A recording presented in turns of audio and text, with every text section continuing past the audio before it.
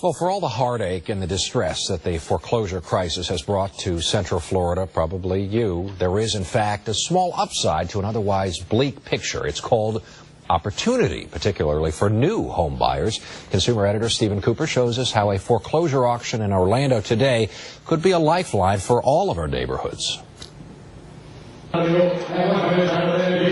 Among the hundreds of bargain hunters who turned out for today's foreclosure auction in Orlando was auction first-timer Miranda Alt. It's just like cartoons. He talks just as fast. But all the fast talk did not intimidate Miranda. She ended up bidding and picking up a good property at a good price. I'm a first-time home buyer. Those build up my credit. It's fantastic. A lot more room than a 700-square-foot apartment. She's fairly typical of the crowd today, but lest you think she's taking advantage of someone else's misery, getting a good deal on someone's loss, keep in mind that Florida ranks 4th nationwide in the number of foreclosures, with one foreclosure filing for every 105 homes.